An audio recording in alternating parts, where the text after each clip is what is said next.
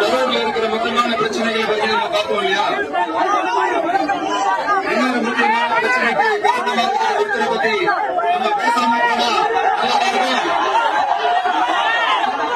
கரூர் வரைக்கும் வந்து அவரை பத்தி பேசாம போனா நல்லா இருக்குமா? நல்லா இருக்காங்க. எதுக்கு சுத்தி வளைச்சுக்கிட்டு ஸ்டேட் விஷயத்துக்கே வரணும்.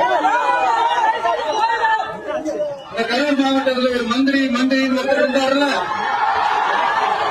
இப்ப ஒரு மந்திரி இல்ல, ஆனாலும் மந்திரி மாதிரி சொல்லிதான் தெரியுமா? என்ன ஒரு 2 கொடுக்கலாமா? 10 லட்சம் 10 ரூபா